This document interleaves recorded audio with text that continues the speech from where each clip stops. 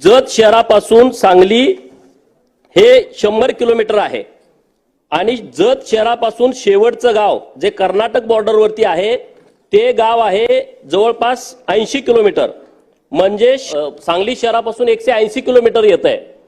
अध्यक्ष महोदय, 180 किलोमीटर पासून जिल्हा परिषदचं काम, कलेक्टर ऑफिसचं काम करायला त्यांना सांगलीला जावं लागतं। आता कलेक्टर ऑफिस तर तिकडे आपण नेऊ शकत नाही, जिल्हा परिषद नेऊ शकत नाही, पण काही कार्यालय आपण जतला नेऊ शकतो आणि म्हणून आपल्या माध्यमातून आरटीओचं काम करण्यासाठी जेव्हा जत तालुक्यातला जे कर्नाटक बॉर्डरवरची गाव आहेत त्यांचं जाण्या येण्यामध्ये खूप वेळ जातोय, त्यांचा पैसा नाहक जातोय, एकदा काम नाही झालं तर दोनदा तीनदा त्यांना सांगलीला जावं लागतं आणि म्हणून आपल्याकडे कराडला जसं आरटीओचं कार्यालय आहे, बारामतीला जसं आरटीओचं कार्यालय आहे, तशा पद्धतीनं नवीन उपप्रादेशिक परिवहन कार्यालय जत साठी आपण मंजूर करावं अशी मागणी सरकारकडे करत आहे।